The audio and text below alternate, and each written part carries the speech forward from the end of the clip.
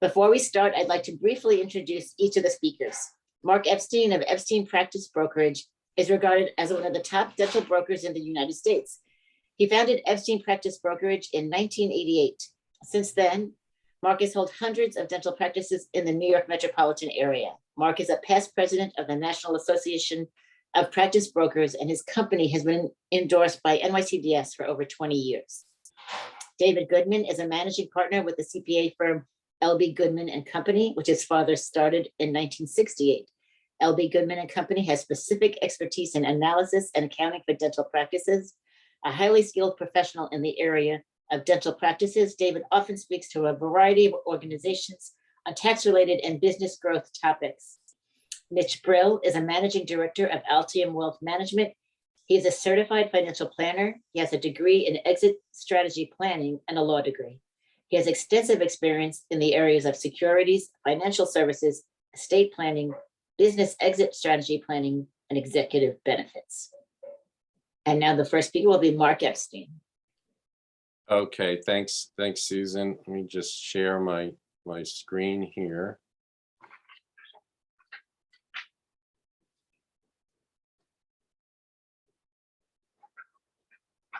Can everybody see that? Yes. Okay, great. The World Series is over and the elections are pretty much over. They're over. So I think the only interesting thing to talk about today is practice brokerage. We've been doing this seminar, this workshop for I think almost 20 years, and it's worked out well. So we're going to keep doing it. A little bit about myself. I graduated from Syracuse University in 1986. I was a finance major. My son's actually a junior there now. Then I worked at PNC Bank in their medical dental lending group. In 1988, I started Epstein Practice Brokerage, which obviously has worked out well. And in 2019, I was the president of the National Association of Practice Brokers. And just to give you an idea, I sell, actually that's outdated. I would say I sell more like 20 to 25 dental practices in the New York metropolitan area per year.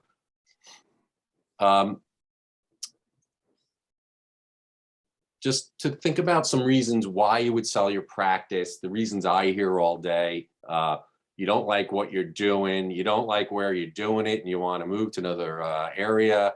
You're just looking for a change in your life. I get a lot of dentists that contact me that have physical, back ailments, neck ailments, and they got to sell. And of course, early demise. Just selling because you think you want to retire might not be the right reason. You have to wake up every day with some purpose of what you want to do. So hopefully, it's a very emotional decision, and hopefully you have other things to look forward to if you're going to retire. Can you give up your income stream? Are you financially in the right position to do it? What do you identify with every day? I know myself, I wake up every morning and I'm fired up to go to work. It's a big part of my life. So you have to think about what else you would do. What will you do with all your free time? Okay, and the first step, you really want to build your team of advisors, a dental broker, a dental CPA. It's good to have a dental lawyer. There are 6, 7 dental specific lawyers in the New York area that specialize in these sales. They will focus on what's important in a dental sale and not waste time with fighting about issues that really don't apply to dental transactions. So I highly recommend using one of these dental lawyers. So to look at the way you want to sell your practice, there's basically 3 methods. Associate to purchase, where you take an associate in, and hopefully it works out and the timing is right. And that's usually the problem with timing. The associate's not ready to buy yet, or you're not ready to sell yet. The other way is a partnership, where you have a partner and the partner buys you out, or you take another partner in. The most common way to sell your practice is 100% sale, paid at closing, and you stay for a transition. It's the simplest method. That has the largest pool of buyers looking every day for practice. You're going to get all your money at closing. You don't have to have an earn out. And you can either walk away from the sale right after or continue working for a period of time. If your practice is large enough, you might be able to stay for many months, maybe even years. And really, the first thing you do when someone calls me, a dentist calls me and says, I'm thinking about selling a practice, really to start with the checklist, things I need 3 years of tax returns, either corporate tax returns or Schedule Cs, a year-to-date profit and loss statement, or at a minimum, a report of your gross collections at the year we're in.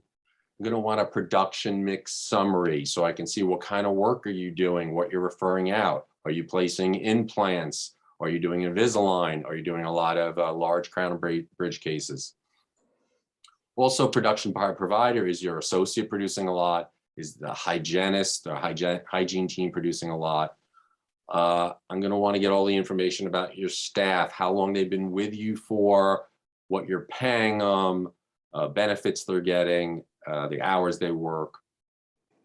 Accounts receivable, do you collect your money? Do you have a lot of money outstanding? How do you extend credit? Your fee schedule, are your fees appropriate for the area you're located in? Are they high? Are they low? The PPOs you accept, any government plans, DMOs. I'm going to ask for all this information, the makeup of those plans, how much of the practice it comprises. Also, what debt you have outstanding. A lot of dentists call me, they bought a practice 3, 4, 5 years ago, and they decided they want to change gears, move somewhere else. It's not working out. So the first question I said is, how much debt is outstanding from when you bought the practice? And they say, well, why are you asking me that? I said, it's really important because if you bought a practice and it's declined and you still have a large note, you might be upside down in your loan. You might be underwater. So basically, if you're in that situation, you're going to have to write a check to get out of that situation, because I'm sure a bank has a lien on your practice for that loan. So once you get all the information about your practice, then we want to appraise the practice. Some of the major parameters I look at are gross income for 3 years and take a weighted average of that. Net income, most practices will net 38 to 40%. Sometimes Manhattan net income can be lower because usually there's higher overhead with rent and staff. What location are you located? Is it a very desirable location or is it a remote location? Do you have favorable lease terms? Do you even have a lease available? If you only have 2 or 3 years left on your lease, we're going to have to get a lease extension, and hopefully the landlord will release you from your obligation. Or if it's a real estate purchase, does the real estate make sense? Maybe you own a co-op on the Upper East Side that's worth $2 million, but you have a small practice. That's going to be a hard sale to make cash flow. So we got to look at all these items to help figure out the value. Are you fee for service, PPO, accepting any Medicaid, government plans? Is your practice modern or is it older? Do you have digital x-rays, CBCT machine? Are you willing to stay for a transition period? Typical transition is 2 or 3 months. On a large practice, it may be 6 months to a year. Is the staff willing to stay? It's very helpful if the staff is willing to stay. It will help the buyer retain patients. And I'd like to know about the number of active patients. Is it a very small active patient count that you're doing a large gross income, or a large active patient counts that there's a small gross revenue? So those are all items I need to look at. But sometimes what's more important than the positive attributes are the negative attributes, where I'm going to have to deduct points. If you have associate with no restrictive covenant, that can be a real negative. I've met sellers that have a practice grossing 1.5 million. Their associates producing half that, and they don't have a restrictive covenant. Technically, the associate upon sale could move down the street and take half the patients. So really important, you have any associate you hire sign a non-compete. Well, you're going to say, well, is it binding? It doesn't matter if it's binding or not. If that associate knows they have a non-compete, they're probably not going to want to go to court afterwards. Extreme fluctuations in gross income. I would like to see steady growth every year. If a practice is up and down, that's going to probably be a negative factor in the valuation. Second, practices in close proximity. I see this quite often where a dentist has a practice and they're in the suburbs and they bought another practice 4 miles away. That's a problem selling the practice, because you can't sell one practice if all the patients are going to go to the other practice. There will not be much value there. So if you're going to buy a second practice, make sure it's far enough away that patients will be out of the area. Tax returns combined for your 2 practices. If you have multiple practices, you should always have multiple tax returns or multiple Schedule Cs. Pay the extra accounting fees. It's almost impossible to sell a practice when the numbers are combined on one tax return. The bank won't finance it. The buyer's accountant won't understand it. So really important to have separate entities for separate practices. Well, what determines value of anything is the demand for that product, for that asset. Dental practices will sell anywhere from 50 to 90% of 1 year's reported gross income. Some could be lower, some will be higher, but that's really the basic range. Another way to look at it is 1 to 2 times adjusted net income. Well, what is adjusted net income? When I meet with a seller or an advance meeting with them, I ask them for 3 years tax returns, and then I put those tax returns on a spreadsheet so I can better understand the numbers. In this sample, you can see this practice has steady growth. Then we look at all the expenses listed and their percentage of the gross. Staff salaries, 24.6% is right in line. The rent's in line. I like to see what's in line and what's overstated or understated. And then at the bottom, you can see what the practice is netting. But you need to take another step when you're analyzing a practice and valuing a practice. You need to calculate the adjusted net income. Really, what is add backs, depreciation, amortization. That's not an expense you have. That's a tax deduction that the government lets you take because the government wants you to invest in the economy. So that's not a real expense. We add that back. Travel, entertainment expense, any personal items, auto expense. Some practices have a little, some have a lot. So we really need to adjust it. So once we adjust that, now this sample practice, the net income went up from 39% to 47%. So that's a big change. And when you figure the value now, it'll greatly increase the value.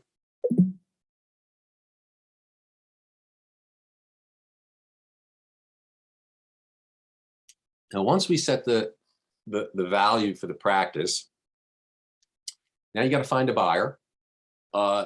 What's the most efficient way to find a buyer today? Doing anything is the internet.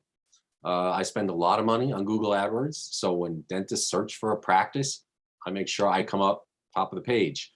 That's the number one method. Do a lot of advertising in journals, the dental journals. Word of mouth is a great way to find buyers. And conventions and seminars, where I'm not seeing a whole lot lately, but hopefully soon there will be a lot more to find buyers. I screen all the buyers. You really want to screen your buyers. Make sure they have good credit. Make sure they have at least a few years experience, hopefully a minimum of 2 years working experience. You want to see they have the ability to produce. If your practice is a large practice grossing over $1 million, you want to make sure your buyer has shown that they can produce those kind of numbers at their job. The bank wants to see that that's financing the practice. Debt load. Is the buyer have reasonable debt, or do they have hundreds of thousands, maybe millions of dollars of debt, and the bank's not going to lend them any more money? I have the buyers fill out a personal financial statement in advance, assets, liability, so I can determine if they are a good buyer. And you want your buyer to sign a non-disclosure confidentiality agreement so they don't spread word around the community that you're selling your practice. They don't tell the staff you're selling your practice. You want to keep it quiet until the deal's almost done. Okay, so now you found your buyer. You want to present the practice to various buyers. I generally give them a detailed outline of the characteristics of the practice. And they want to view the practice, meet with you, the seller, look at the equipment, see how you run the practice. Now, due diligence can be done before an offer is made or after an offer is made. If it's a very desirable practice and there's going to be a lot of interest, you may want to make that offer contingent upon due diligence and finish the due diligence later. Generally, the buyer's accountant, and I know David Goodman's going to get to more detail on this, but the buyer's accountant is going to ask for 3 years of tax returns and bank statements for the practice, 1099s from insurance companies, probably W-2s and 1099s for the staff also, production mix reports so they can see what you're doing. And if you ask 10 different accountants what kind of due diligence they're going to do, you're going to get a large range and 10 different answers. So it really depends on the accountant. The buyer's probably going to want to do a chart review. Although you give them all the reports, they're going to want to physically look through the charts and see what kind of work you're doing. The question is, will HIPAA allow this? And the answer is yes. For medical, dental purchases of practices, it is allowed by HIPAA for you to look through charts for patients' charts. Okay, so we value the practice, found our buyer, the buyer's done their due diligence, they're ready to go forward. They make an offer, we agree on the price, and then here's the basic items I'm going to negotiate up front to just set a general outline. How long are you going to stay for transition? What length of time? How many days a week are you going to work? Maybe it'll be tapered down. How will you be compensated? Typical transaction, maybe you, the seller, stays for 3 or 4 months, working 2 days a week, getting compensated to finish your work in progress and get paid for any work you do, 35% of collections with 35% of the lab expense deducted. That's typical transition period. Can be longer. It's going to be a longer term transition. I've seen plenty that there's no transition, just a letter sent out. May have to negotiate the lease. Depends if the dentist owns the building. We're gonna have to negotiate a lease with the seller, or if it's a landlord, maybe there's 2 or 3 years left. We're gonna have to negotiate a lease extension. Maybe there's 10 years, and it'll just be a simple lease assignment. Or if it's a purchase of property, that's going to have to be appraised as well and negotiated. Allocation of purchase price. Typically, well, not typically, but you have to have an allocation in the contract. How much of the purchase price is goodwill? How much is hard assets? It gets treated differently tax-wise. David Goodman is going to speak more about that. I see typically about 80% of purchase prices in goodwill, which is a lower tax rate for you, the seller. Non-compete, if you're selling your practice, you can be sure that the buyer is going to want you to sign a non-compete so you don't practice close by and take the patients. Accounts receivable, usually the seller will keep their accounts receivable after the closing. Sometimes the buyer will purchase your accounts receivable at a reduced percentage of what's outstanding. And that's a floating number until the closing usually. But that's a simpler way, and there's less calculations and figuring to do after the closing if they just buy the receivables. We're going to want a transition letter prepared that's sent out right after the closing, not before the closing, so patients are informed of what's going on and the quality and background of the buyer. Work in progress, there'll be formulas in the contract, how work in progress gets broken down. Now, if you're the seller after the closing, you're getting a percentage of those cases. You're not keeping 100% of those cases that you started before closing. There'll be language about if any work has to be redone after the closing, that now the buyer owns the practice, you may have to come back and finish some cases. How that will be handled, there'll be language in the contract. Typically, you, the seller, will leave your name on the door for 1 year after your departure of the practice for continuity. So patients get to the practice, they know they're still at the right location, and the buyer's probably going to want to take over your website and website domain. Those are the basic terms I like to work out up front. During negotiations, try to keep your gross income up, your collections up, work on collecting your accounts receivable. If this goes on for a few months and your monthly revenue starts to drop, you may get a buyer who's going to try to renegotiate the price. You want to stay away from that. Okay, so just to do a little review, you're going to make the decision to sell. You're going to build your team of advisors. Choose which 3 transition strategies you want to do. We gather all the information about your practice, determine the value, market the practice to potential buyers, screen the buyers, get your buyer in, and you have offer and acceptance.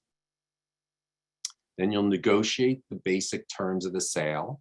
You can do a letter of intent. I really like to stay away from letter of intents and just do a more of a casual memorandum of understanding.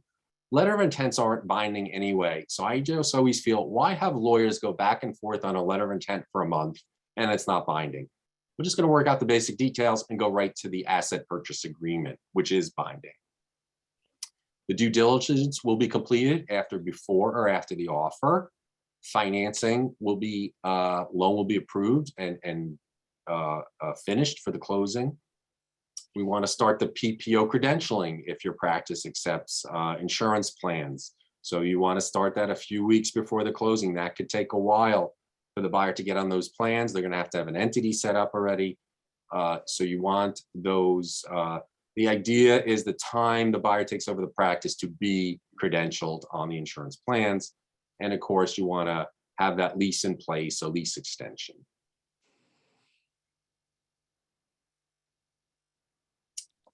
And then we get towards the closing and the transition process. Staff should be informed the week before the closing.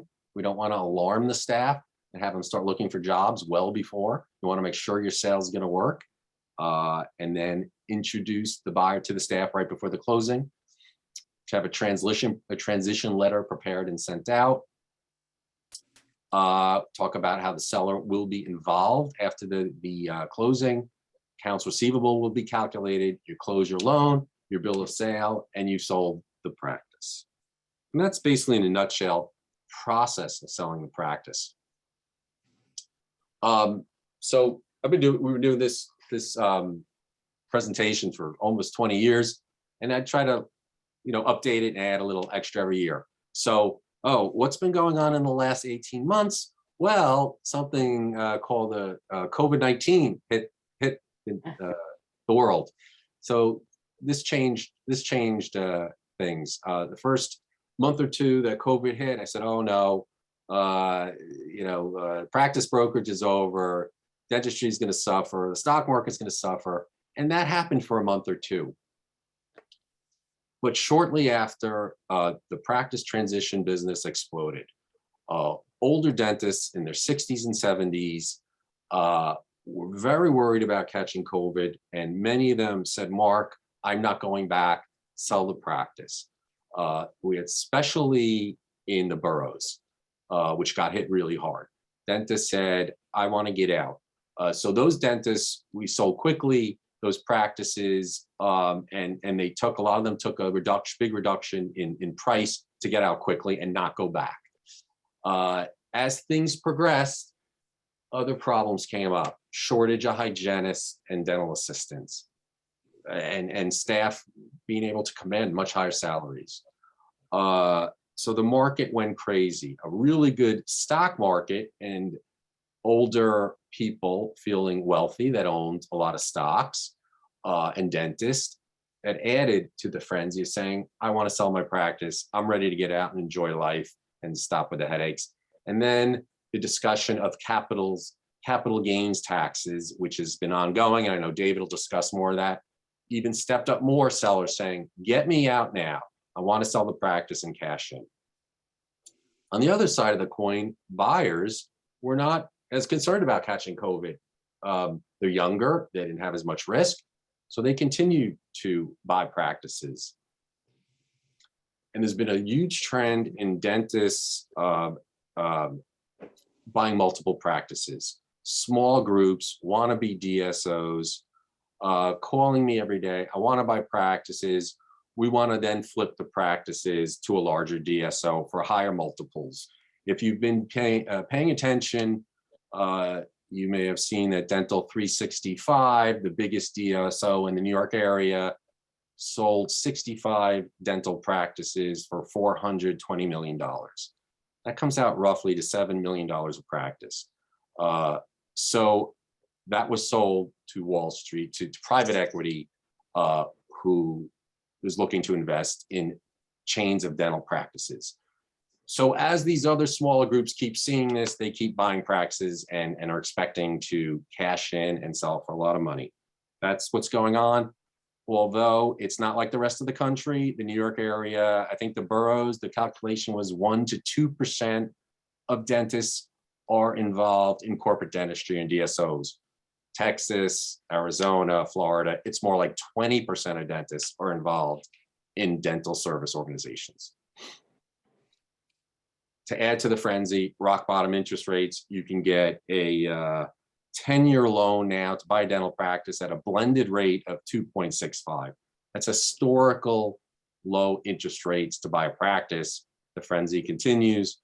Technology, things are getting done faster with iPhones. You could send pictures of the practice information, Zoom calls, DocuSign. Sales are getting done faster and faster, and money's being wired. People don't sit down for closings anymore. So the market is very hot, continues to be hot to sell a practice. That's the latest and greatest what's going on. To close, just I would say, work with a well-established dental broker, develop your strategy that's going to meet your needs, ensure your practice is valued properly. If you're overstating the value of your practice, you're probably going to be on the market for a long time and have a lot of headaches. Find a buyer that's a right fit for you, that can handle your practice, has the right skills for your practice.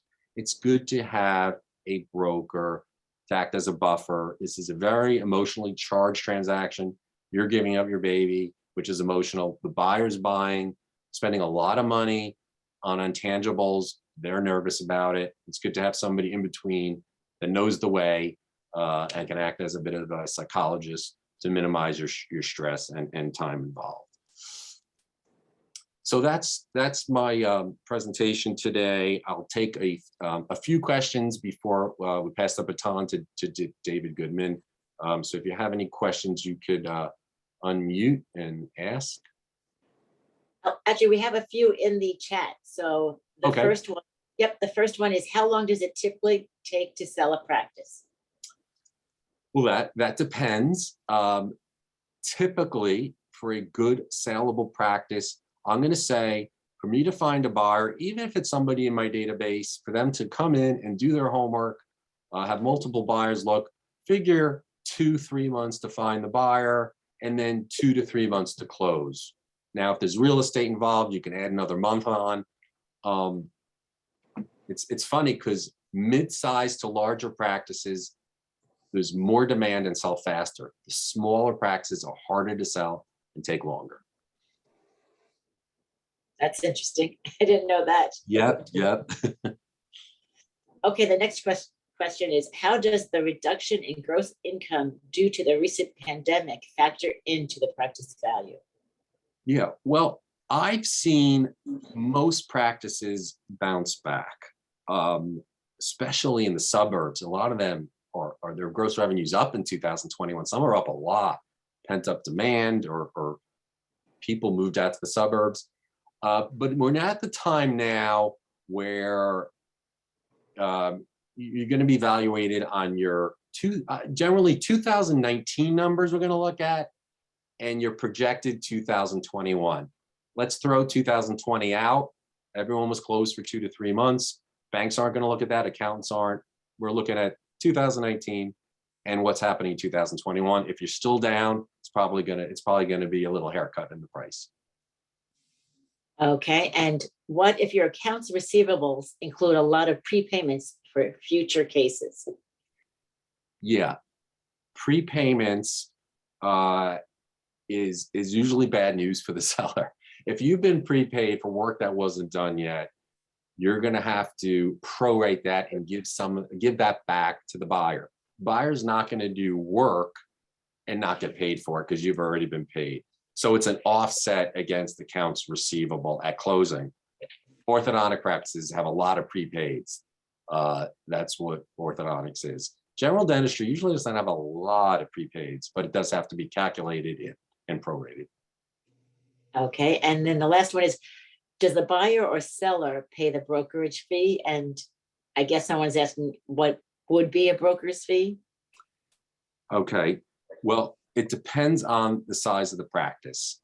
So if it's a very large practice, I charge less of a fee. It's really small practices will be a full 10% fee. So it depends on the size of the practice.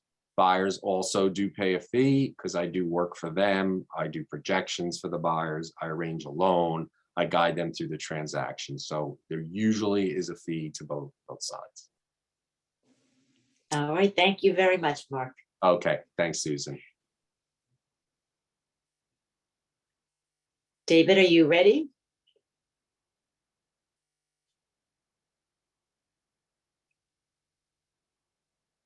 David? Okay.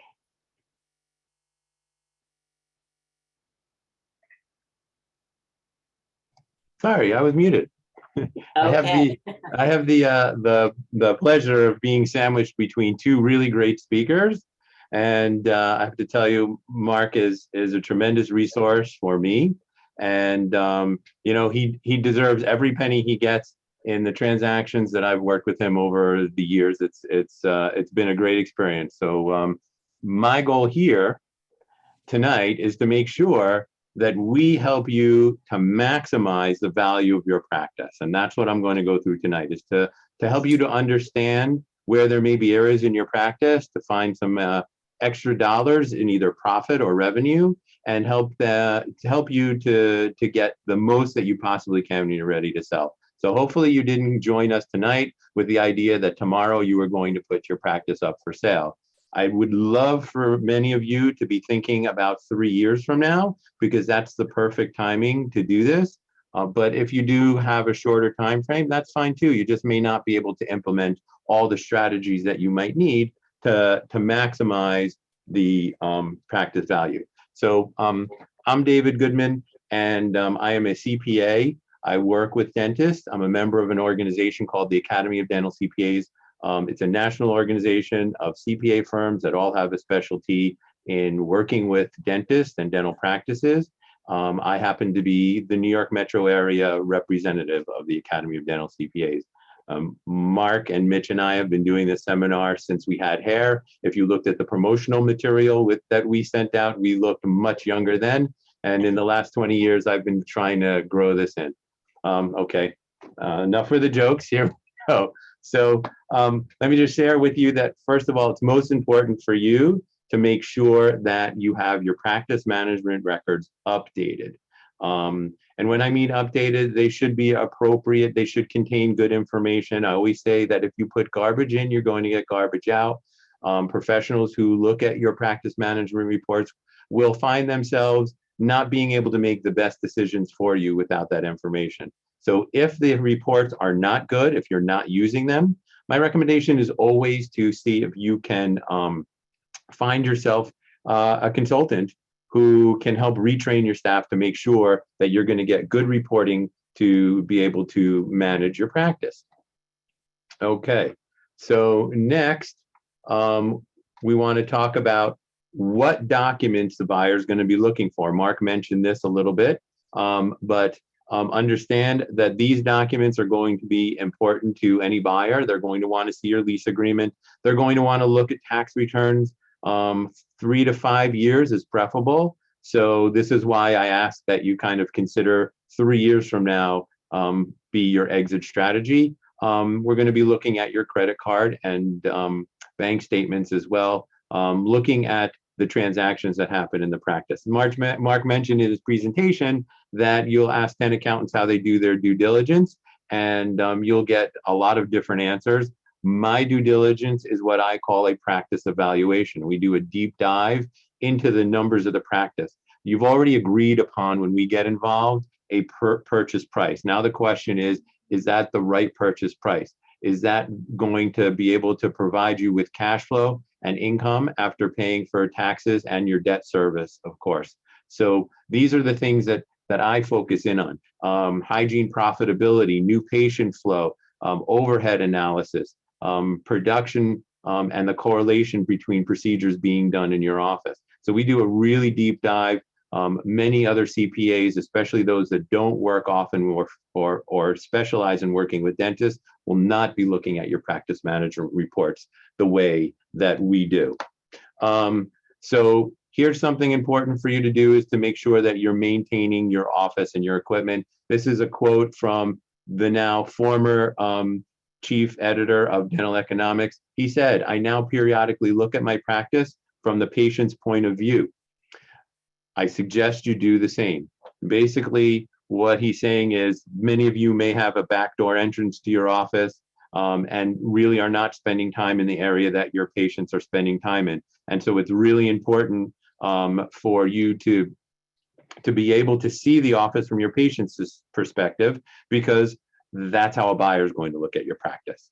And so if the furniture is not well kept, if there's stains on the floor, on the walls, these are things that you want to fix up, because, you know, even though you may be a great dentist, that first impression is so important. And it's not only that first impression for a potential buyer, but also for patients. So one of the things that you can do to take advantage of increasing the value of your practice is to show that it's growing. Mark talked about not showing up and down revenue. We want to see consistency with consistent growth. We want to see that fee for service and your fee schedule are appropriate for your area. We do an analysis for our clients. We collect the fee schedules from all of our clients and even from some of their insurance companies, and do an analysis so that we can share with our clients and with prospective buyers if the fees for practices that they're looking at are in line with the area, because then there's a really tremendous opportunity for revenue. But you want that revenue now, because that'll also make your practice worth much more. Patient retention is important. And so we estimate that somewhere between 10 and 15% of your patients will leave your practice every year, not necessarily because you may not be the most gracious dentist, but sometimes their insurance companies change and you don't participate. Sometimes they move out of the area, they pass away. So there are various reasons why, but we estimate about an average of 10 to 15%. But you want to keep your quality patients. You know who they are. They may not make up a substantial number of patients in your practice, but they are good patients. They pay their bills. They are grateful for the dentistry that you provide for them. And they also make great referrals to your practice. So you want to make sure, I call them geese that lay golden eggs. So you want to keep feeding those geese that lay golden eggs. They're really important for your practice. Having a really good referral network is important as well, especially if you're a specialist. Making sure that the doctors that are referring consistently to you. And if you are a general dentist, you may be getting referral sources from OBGYNs or from pediatricians. And so, you know, you want to keep that aspect of your practice, referrals continue to flow in. And I think Mark kind of touched upon this. If you're starting to cut back your chair time, it's time to consider hiring an associate to help keep that practice volume up. Other things about growing practices that are obviously more appealing to a buyer. This is actually a duplicate slide, and I don't know how that got in there. So we get to pass on this slide and go on to the next one. So practice overhead is really important as well. And we look for you to try and create efficiency in your practice overhead. We do an analysis every year of the overhead for different categories of expenses and look to see what the norms are. We put out a book of these statistics every year. It's called Dental Practices by the Numbers. And the newest edition, the 2021 edition, will be ready and available on our website right before the Greater New York Dental Meeting. And this will give you an idea of how the pandemic actually impacted practices. Okay, so here's what overhead expenses look like based on a real quick analysis I did on 2020 practices. Salary and benefits are increasing significantly right now. We used to say that would be 25 to 28% of practice collections, and they're moving closer to 30%. Multiple reasons for that is obviously the cost of providing employee benefits continue to rise, but it's also wages right now as a lot of practices are struggling to find good people for their practices, hygienists, assistants, even clerical people, and are needing to unfortunately pay them more to get some people in the seats. Facility expenses have stayed relatively the same. We haven't seen any big increases in that. That's basically your occupancy costs. We haven't seen a big increase in rent, which is the big majority. In New York City, we find rent somewhere between 8 and 10% of practice collections. Outside of New York City, it's usually somewhere between 5 and 8%. Costs of services are starting to creep up, and we've seen an increase in cost of services, mostly due to PPE requirements of somewhere between 1.5% of 2%. So these are things that are going to make your practice less profitable. Administrative expenses have stayed relatively the same. So overall, right now, we're seeing practice overhead representing about 64%, which means that there's about 36% of practice collections that are available for owners and associates. So I always say that you need to maintain your team. They are a very valuable asset, and you want to make sure that they are engaged with your patients and that they're going to be an important part of the transition when you have a serious buyer.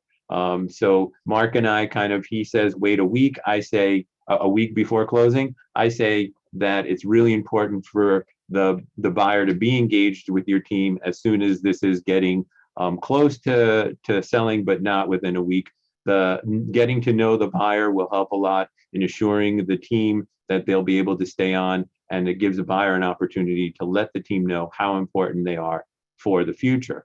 Now, sometimes you might have a poor performing person on your team, and if they're not performing up to their optimal capacity, then that sends a message to the rest of your team that they don't necessarily have to work to their capacity because you're accepting somebody who is not. So you know who those poor performers are in your practice, and you need to consider finding somebody else, or at least having them leave the team, because this will give the team the opportunity to understand that poor performance is not accepted in your practice. Planning for retirement is really important, and Mitch will get into this in much more in depth, but for now, hopefully you have a retirement plan in place, some sort of deferred compensation, 401ks, profit sharing plans, even defined benefit plans to provide for your post-retirement income. It's never too late to start to consider planning for that, and there are opportunities for you to put significant amounts of money away. But what I tell you is, don't rely on the sale proceeds of your practice to help fund your retirement. And real quickly, if you sold your practice for $1 million, right now, you would probably wind up paying about 40% in taxes, which would leave you with about $600,000. And assuming that $600,000, you want to keep the principal in place, and assume a 5% return, that's going to be $30,000 a year in revenue for your retirement from the sale of a practice. And that's even before taxes. So you're not looking at significant lifestyle changes from the revenue from the sale of your practice. And that's why it's so important to prepare early for your retirement. And hopefully you have been, but if you haven't, there's still opportunities for you. So talking about practices during COVID, COVID seems to be a one-time event. It's kind of dragging on a little longer, but the most pandemic part of COVID is behind us now, and hopefully it will continue to fade away.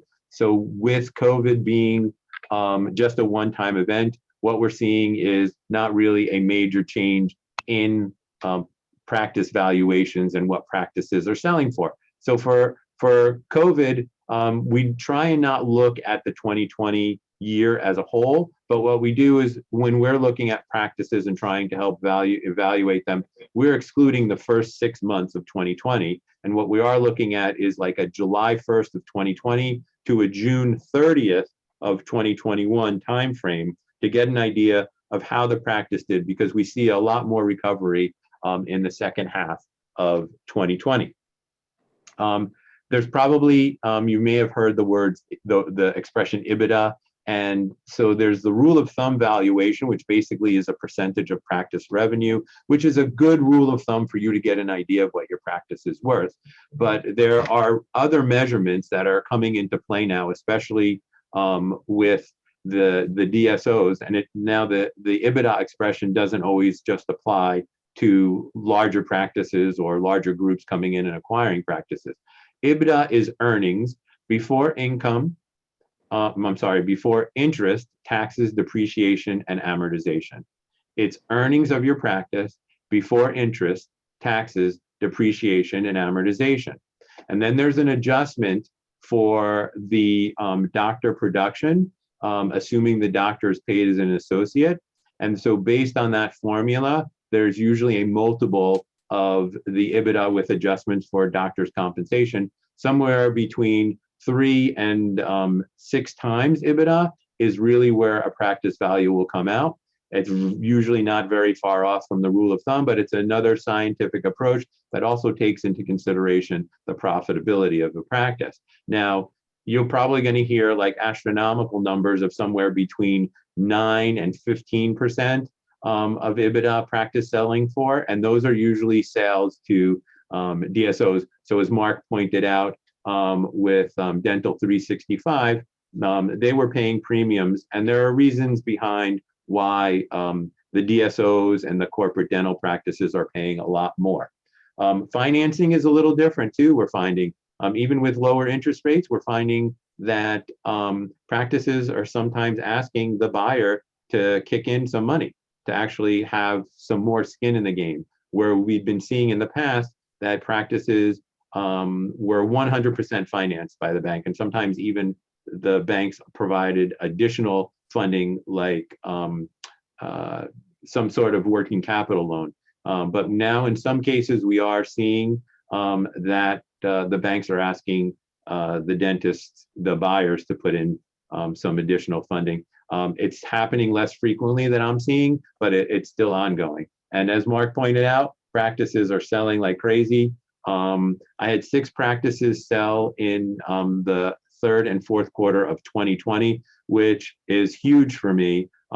These practices, most of them were for sale before COVID, and they wound up selling at the same prices that they had been asking when before COVID.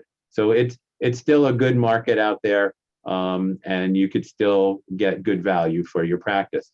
So here's a little slide for you from September of 2020. This is from the McGill Hill Group and their newsletter that they put out. And basically it's showing you how practice values have changed over time. This is obviously pre-COVID, but you can see that general dental practices selling as a percentage of revenue have increased 5% on average from the time frame of 2003 to 2015 to the last or the 3 years from 2016 to 2019.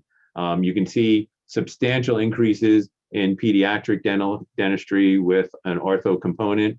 And that's where we're seeing a lot of significant practice growth right now amongst pediatric dentists with an ortho component. Those practices grow very quickly when they are startups. And if you are one of those dentists who owns a pediatric practice with ortho, you can expect to get some very decent value. So let's talk about selling your practice from a tax perspective so you get an idea of what this looks like. So your sales price is going to be allocated. It's going to be allocated between tangible and intangible assets. So tangible assets are actually like your equipment, and intangible assets are usually goodwill and covenant not to compete. They're things that you can't touch or feel, but they are still an important component of your practice. So the first thing I'm going to tell you right away, because this is overlooked in almost every transaction that I look at, because it's not on the lawyer's radar, but it should be on the CPA's radar, is that you should have Form 8594 complete as part of the closing process. This is an asset acquisition statement, and it's required to be reported to the IRS, both by the buyer and the seller. So you want to make sure that only one party fills out the form and gives it to the other party, because you don't want to have the form filed with different information by the buyer and the seller. There is a $10,000 penalty for failure to file this form. And now that's why I bring it up.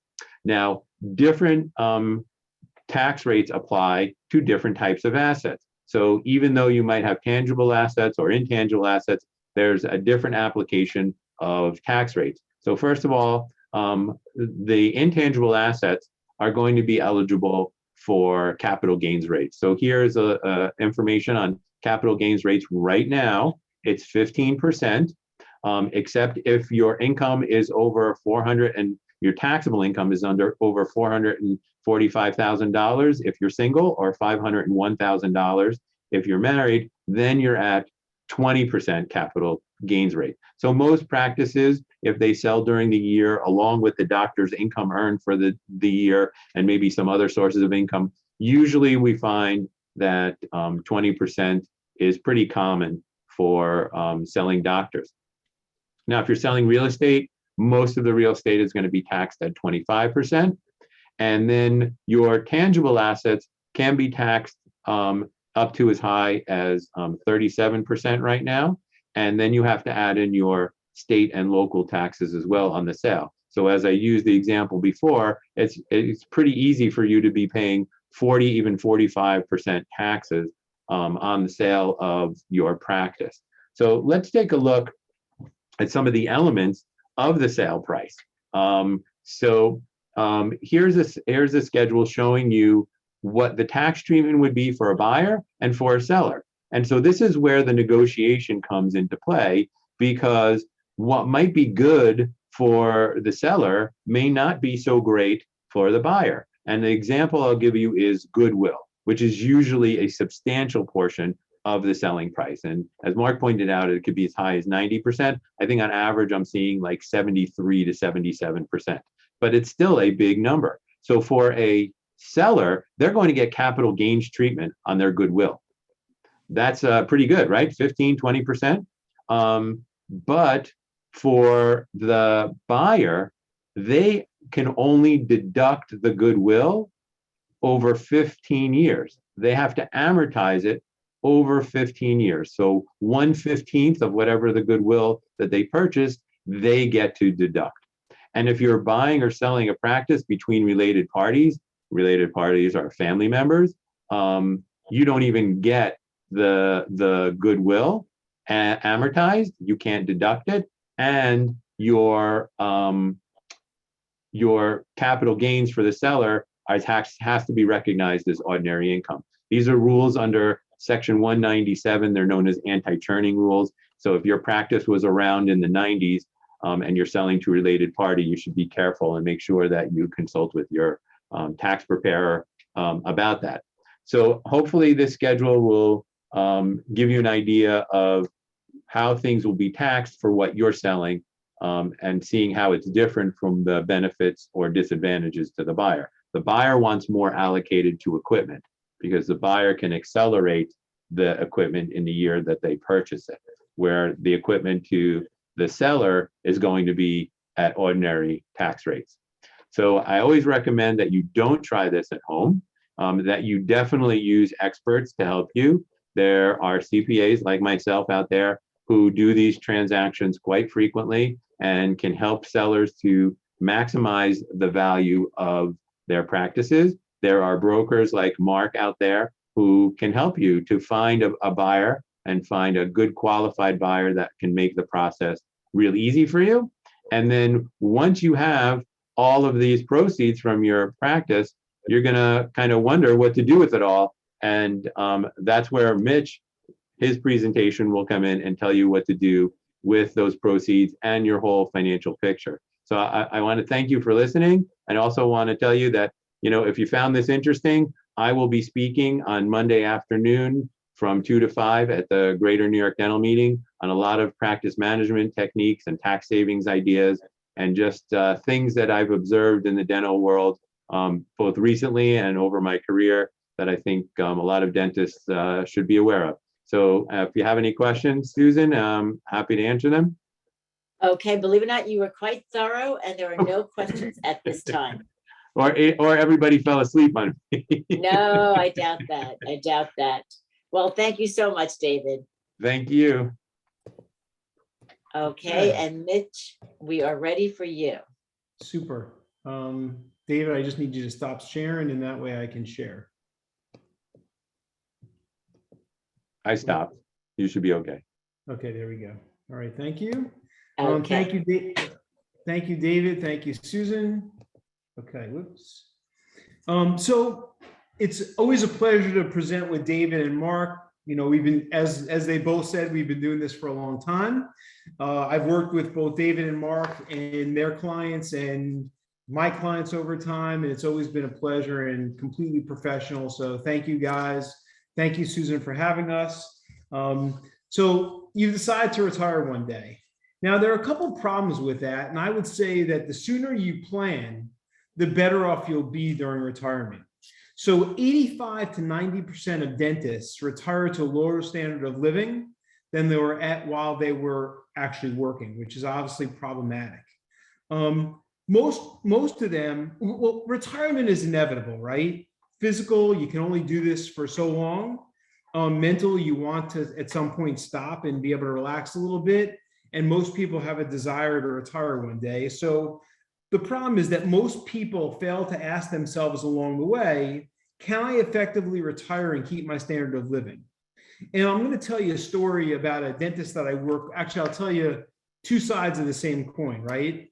So there's a dentist that I worked with probably about 8 years ago now, who came to me, owned a practice, the great practice. He worked out of a house that I guess he used to live in, but he moved out of the house. So the practice was really the only thing in the house, and he was working, but not loving it anymore.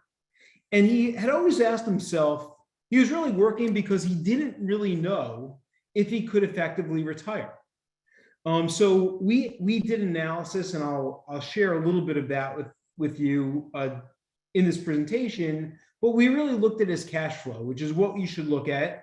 You know, what you've got, what you expect to come in, and what you want to go out. And it turned out that he had plenty of money to retire on. And the good story about this one is that he was gone in 6 months. He sold his practice, then retired. And he would have retired a lot sooner. And by the way, he could have retired a lot sooner, but he never really tried to figure out, can I retire yet, until he worked with us. Now, the reverse is true also. If you put it off, you know, it's kind of like having a cavity and say, one day I'll deal with it. If you've got a cavity that keeps getting worse and worse and worse, you're going to create bigger problems for yourselves down the road. So the time to do planning and to figure out when and what retirement looks like is as soon as possible. Now, we can't do anything about yesterday, but we can certainly do something about tomorrow. So the sooner you start planning and figure out exactly what you need, the better off you'll be. And having a chunk of money to retire on is probably not enough today. And I'll explain why just a chunk of money or a number isn't necessarily the way to go about it. So there are two components to retiring. And the first one that a lot of people have to come to terms with is the emotional component of retirement. So what does retirement look like? And it makes sense to stop and think about, what do I want to do when I retire? What are your dreams? What are your expectations? What do you expect to spend your day doing so that when you get there, you'll be happy? And what are your non-negotiables in retirement? Do you still want to, maybe you're charitably inclined and it's supporting a charity. Maybe you want to travel a lot. Maybe your kids are in different places and it becomes very important to go visit them and things like that. Well, those things cost money and you want to make sure that you can afford to do that. So the first piece is figuring out the emotional piece. What do I want it to look like? And let's aim for that. And then obviously the next piece, and the piece I'm most qualified to talk about, although we end up doing a lot of the psychology here, is figuring out financially what do I need to retire on. It's not just about having a number. It's about making sure that all your ducks are in a row and making sure that everything is exactly the way it should be. It's about having a plan. And the sooner you start to plan, the better off you'll be. And your world really needs to be coordinated. So I use this a lot because most of my clients, this is what they're dealing with. The client is in the middle, and around the client is a bunch of advisors. They have an accountant or a CPA who's giving them tax advice. They have an investment advisor, or they're doing it themselves, who's giving them investment advice. They may or may not still have a banker in their world, a mortgage broker if they own property or their house.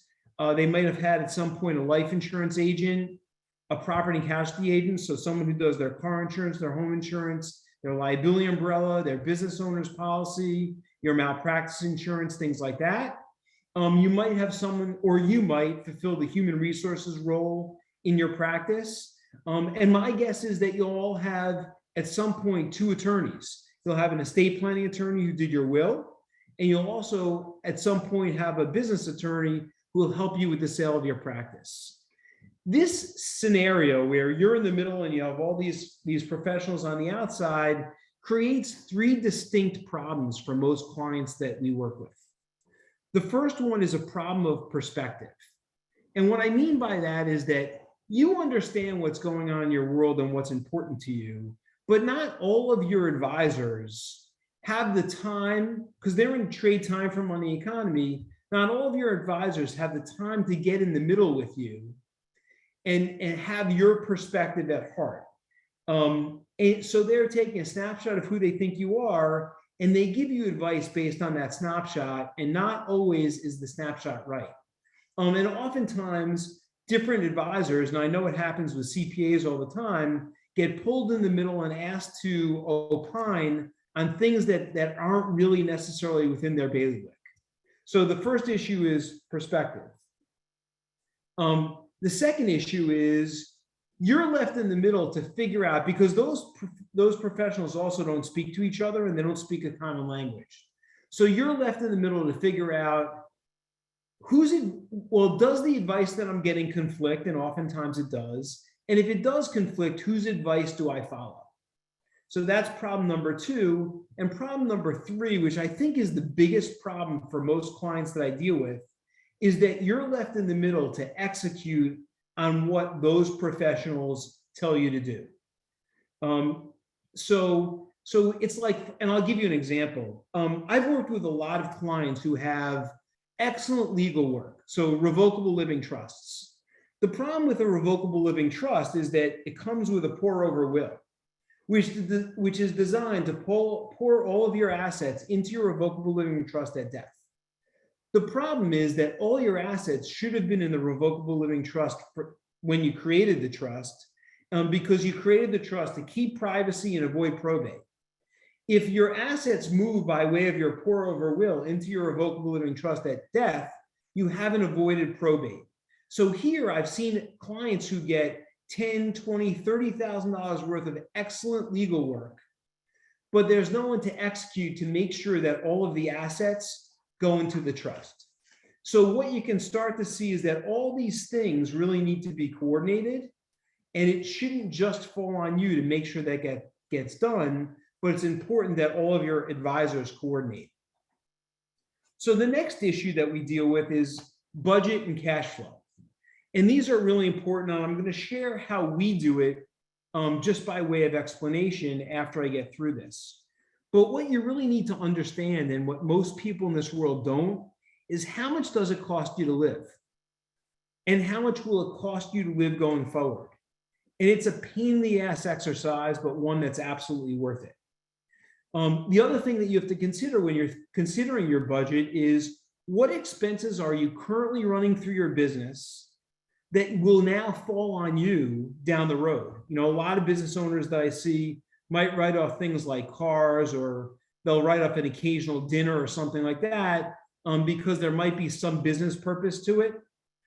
But what really has to happen is you have to figure out, because you're not going to stop doing those things once you retire. So the issue becomes, how do I make sure that I budget those things in? Also, you need to consider how much do you have put aside for retirement, and where are those assets held? Where are those assets held? And we'll get into this in a little while, but different assets behave differently, and they also get taxed differently. And I know it behooves almost all the dentists that I've ever worked with to set up retirement plans, because you pay less taxes now on that money. It grows tax deferred, but it's going to be taxed on the way out. So you need to account for that taxation versus maybe capital gains treatment, which, as David said, is lower than ordinary income treatment. The capital gains treatment down the road would be things that would be the tax applied to a non-retirement asset that grew over your lifetime. Then you also need to think about not just where those assets are held, but how much money will you get from the sale of your business, which is something that David covered and also Mark covered. But things you also have to think about is, am I going to sell to an insider? Like, do I have an associate who will buy me out down the road, or am I going to sell to an outsider, because the amount of money and the way you get paid out might be very different depending on who you sell to.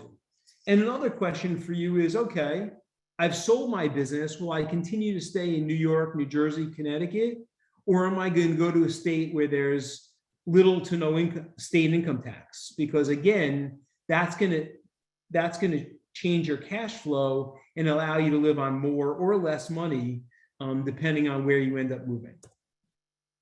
So I wanted to share this with you, and then we'll get into a little bit about investing, but this is what we do for clients from a cash flow perspective. And actually, maybe these slides are in the reverse order, but when we show it to them, this is how we show it to them. So the graph on the left, after we go through what do you have, what do you want to spend, and what do you expect to come in, the graph on the left through a client's lifetime is going to show them exactly what money's coming in. That's going to be the green line. And then the red line is going to be the money going out. But the graph on the right is the graph that's going to be most important. Based on all these assumptions, and we can obviously change the assumptions, and they have to be the client's assumptions, not my assumptions, this client is not going to run out of money. So this is what we'll call a successful plan. And a successful plan means that they have at least $1 of liquidity left at age 100. Now, this client, thankfully, will have a lot more than $1, but it's very powerful to look at this graphically. And we'll also, in this next slide, break it down for them. So, and I'm not going to go through all of this, but basically, based on looking at what you've got, what you expect to come in, and what you expect to go out, and then agreeing on some assumptions in terms of rates of return and taxation, all those things that we can change or plan for, this is the chart that gives us that blue graph above. So we're going to look at income flows, distributions. We'll look at things like Social Security, expenses, savings, outflows, and then on the right, the net cash flow, and then what you could see if you move, I have to move the pictures, but total portfolio assets on the extreme right-hand side. So someone should be looking at this with you early in the game, because and remember I told you the story about the client who came to us and said, I really want to retire, but I don't know if I can. And you believe me, every business owner that I meet with has that question. But this will very, very quickly and easily give them confidence and control over their financial world and clarity into what's going on. So you shouldn't be sitting there saying, I wonder if I can retire. Someone should be able to prove to you, you can or you can't. And the sooner you know those things, the better off you are, obviously. If you can't retire because of what's going on, you want to know about it as soon as you could so you can change things around. And the converse might be true. If you could retire, you might change things, do things differently, or frankly, just retire if you could afford your retirement. And then the other thing that we'll do and people should do is run what we call Monte Carlo simulations. Actually, that's what the industry calls it.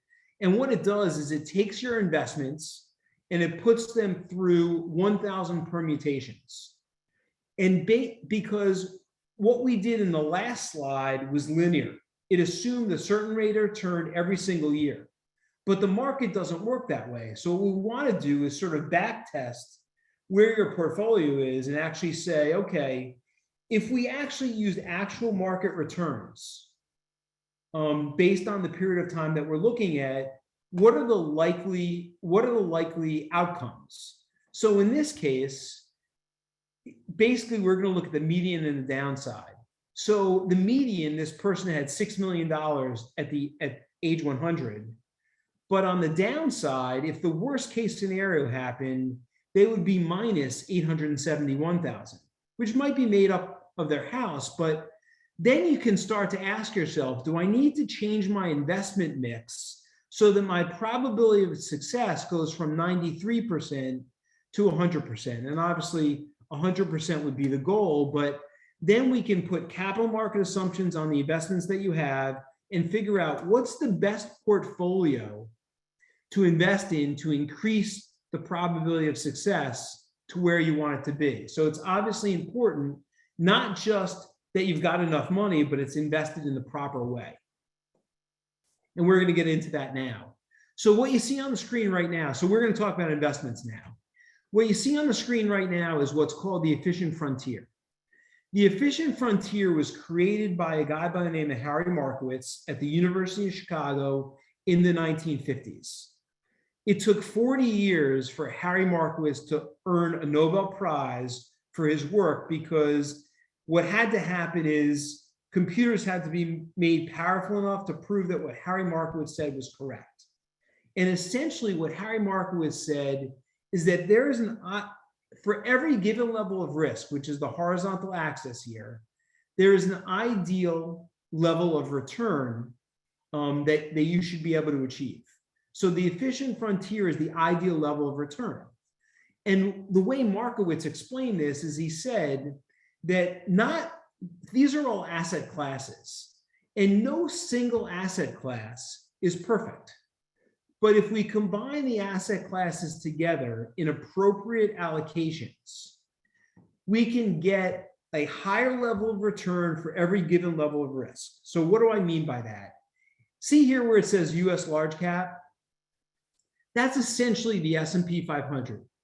So it's the 500 largest companies in the United States by their capitalization rate. And what Markowitz would say is the S&P 500 is an excellent asset class, but you shouldn't own it alone, because if you were willing to take this amount of risk, because remember the horizontal line is risk. If you're willing to take this amount of risk, then you should have come up here and got this amount of return, because that would have been on the efficient frontier. Or conversely, if you say, you know what, I'm happy with this amount of return, then why not come all the way over here and take this amount of risk?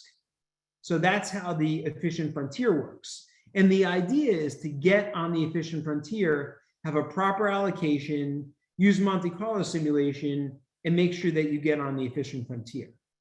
So next, this is an asset, we call this the quilt of returns. Each one, you don't really need to understand this that well, but each one of these colors represents a different asset class. And we've all heard the maxim, buy low and sell high. The problem is, as human beings, emotionally, we do the opposite.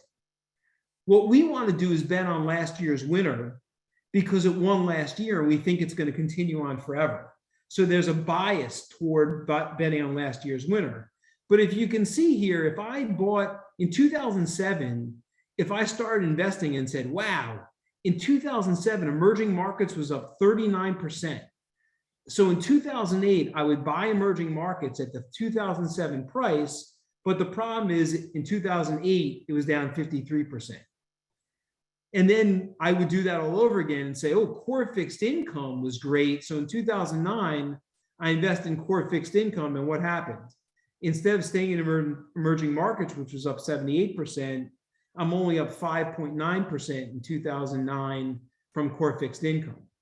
So again, what Markowitz would have said is you really should invest in a basket of these asset classes.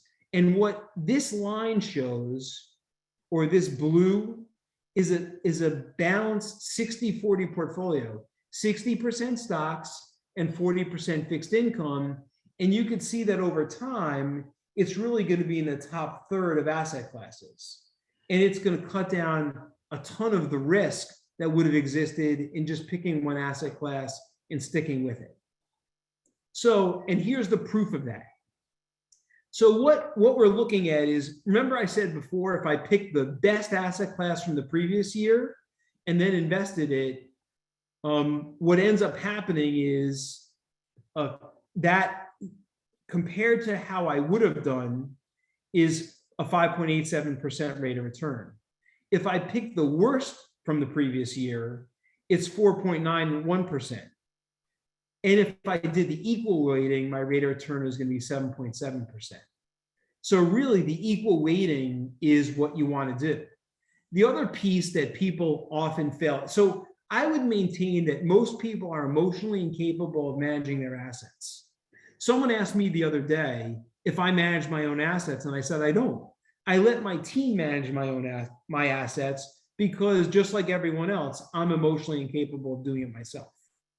And what happens, that's why I have this slide in on timing the market. So time in the market versus time in the market.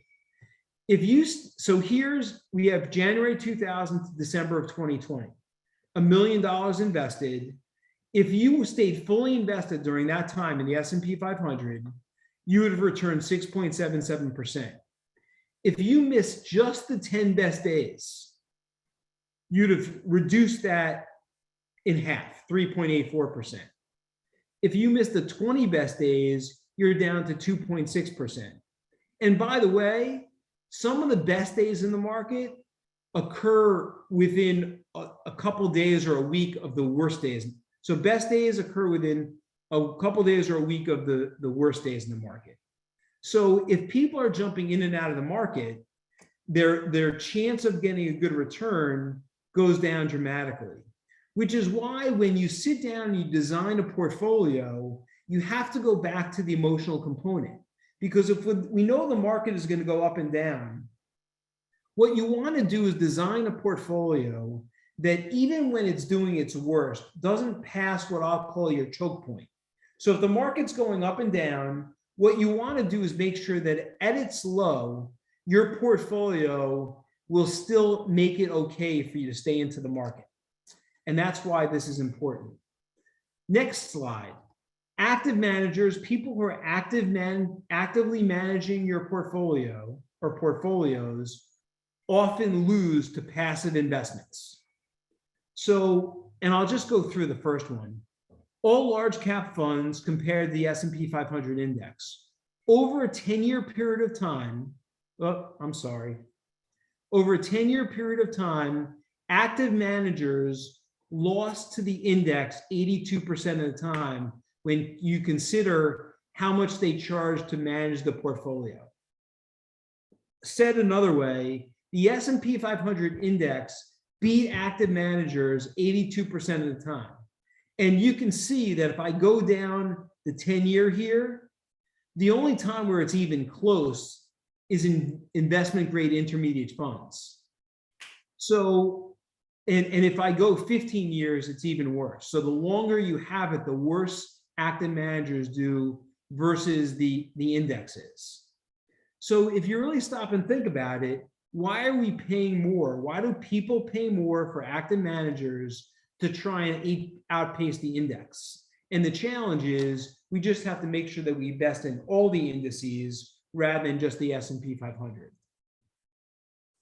We also need to consider dynamic sourcing of assets. So remember before when I talked about the tax treatment, well, let's talk fixed income versus stocks. If the market were to dive, so think about March of 2020, right? We know the market was down 30%. If you were retired in March of 2020, the only way to really stay sane, let's say you were retired, so you're taking money out of your portfolio. In order to not really get hurt when the market fell 30%, what you had to do, and what we did for our clients, was shut the spigot off from the stocks and take money out of fixed income, because fixed income was actually up during that period of time. So we stopped taking money out of our client stocks, we turned to their fixed income, and then in a couple months when the market came back, and by the way, if you look at 2020 as an aggregate year, the market did phenomenally well. It's just really from March to May, that actually really March and the beginning of April, that the market was really down a lot. By May and June, the market was back. So dynamic sourcing of assets, fixed income versus equity, becomes one important way to do it. The other important thing is qualified money, retirement money versus non-retirement money. Again, they have different tax ramifications when you take money out of those different accounts. So it's not necessarily, it's really how much you keep, not how much you have, that's important in retirement. So we want to make sure that we're taking it as efficiently as possible. And I think when I think back to David's last slide, the guy on the motorcycle, and it's saying you can't do this at home. This is something you shouldn't do at home, because again, emotionally you can't necessarily do it. And it's really hard for a lot of people to keep on top of that from a tax standpoint. And then finally, these assets get treated much differently in retirement and from an estate tax standpoint. When someone inherits a retirement account, they're going to pay tax on it when they pull it out. And now under the new law, if you inherit an IRA, you have to liquidate it in a 10-year period of time. It used to be that you could stretch it out over a lifetime, or based on the person who's inheriting's actuarial life expectancy. That's not the case anymore. So all these things are really important, because the idea for most clients will say to me, I want to live on as much money as I can while I'm alive and pass more on at the end of the day. And it takes thinking about that stuff beforehand and having a plan to do it, instead of just letting it all accumulate and trying to figure it out later. It's always better to go in with a plan. It's kind of like, if I were going to drive I'm in New York, if I were going to drive from New York to California, I wouldn't just get in my car and head west. Now we all have navis, so my Navi is going to make a plan for me to get there. But before that, I can't be the oldest person here. I remember when I was a kid and my parents drove to Florida, they went to AAA and they got this triptych thing that went page after page of map helping us get down to Florida. So otherwise you could end up on local roads and stuff like that. You want to be efficient, and your retirement should be no different. You want to have a plan going into it and make sure you stick to the plan, but then review the plan from time to time to make sure that as things change, your plan changes as well. So that's it. This is a disclaimer. It's really long. And this is my contact information, but we're happy to take any questions that you guys have.